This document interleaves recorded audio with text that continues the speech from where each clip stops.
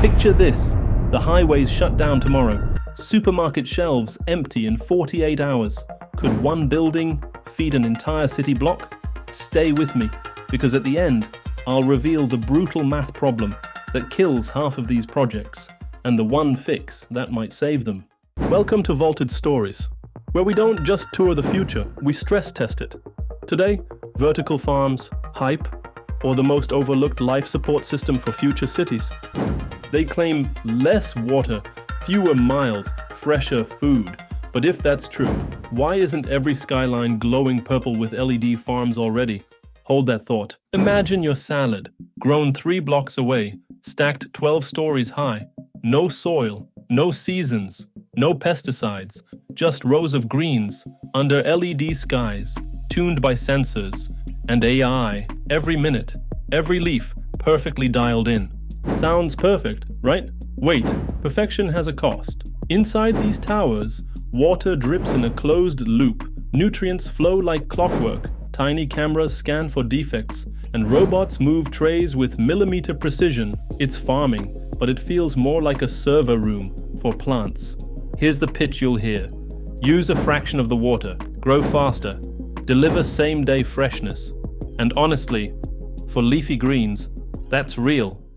But the elephant in the room is electricity. Those perfect indoor skies don't come free. Keep watching, because in 2 minutes, we'll run the numbers, and it might shock you. Why push so hard for farms in cities? Because supply chains break, weather swings harder, and taste matters. If your food grows next door, it doesn't sit in trucks, it doesn't wilt, it just arrives. Here's where vertical farms win big. Dense cities, islands, deserts, cold winters, places where land is scarce and fresh greens are crazy expensive. Stack it high, put it near people, and bam, logistics drop, freshness spikes. But, and it's a big but, some high-profile farms burned cash and folded. Were they scams? No, they lost to the math. LEDs, climate control, labor, rent. If the energy bill spikes, profits vanish. So how do you fight that? The answer is 3 levers. First, smarter light, not just brighter targeted. Think plant-specific recipes, wavelengths that matter, dimming schedules, motion on rails, same growth, less electricity. Second, smarter buildings. Put farms where power is cheap or waste heat is plentiful, under stadiums, beside data centers, on top of supermarkets. When you reuse heat and shorten delivery, the numbers start smiling. Third, smarter crops.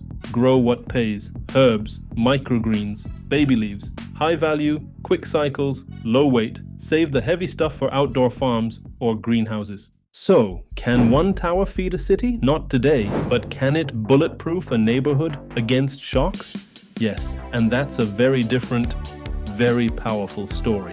What if every district had one facility backed by solar on the roof, batteries in the basement, and delivery downstairs? Restaurants get same-day herbs, schools get fresh salads, hospitals get predictable supply. That's not a fantasy, that's just design. Isn't this just luxury lettuce? Fair. But remember, every technology starts expensive, then scales, then gets boringly normal. If we design for energy and pick the right crops, vertical farms stop being toys and start being infrastructure.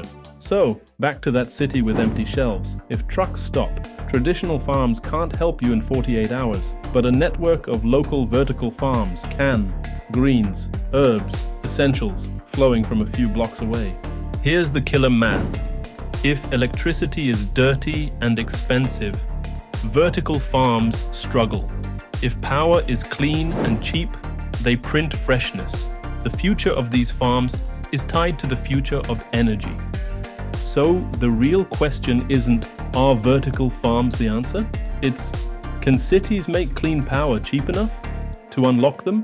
Because if they can, you'll see purple glows on rooftops, in parking structures, even in empty office towers. The vertical farming revolution is just beginning, and the cities that adopt it first may define the future of food. If your city built one of these next to you, Would you buy your greens there or stick with the supermarket? Tell us what you think in the comments. And if you want to dive deeper into the tech shaping our future, don't forget to hit subscribe to Vaulted Stories, because this is Vaulted Stories, where the future isn't somewhere else. It's right under your feet, growing one floor at a time.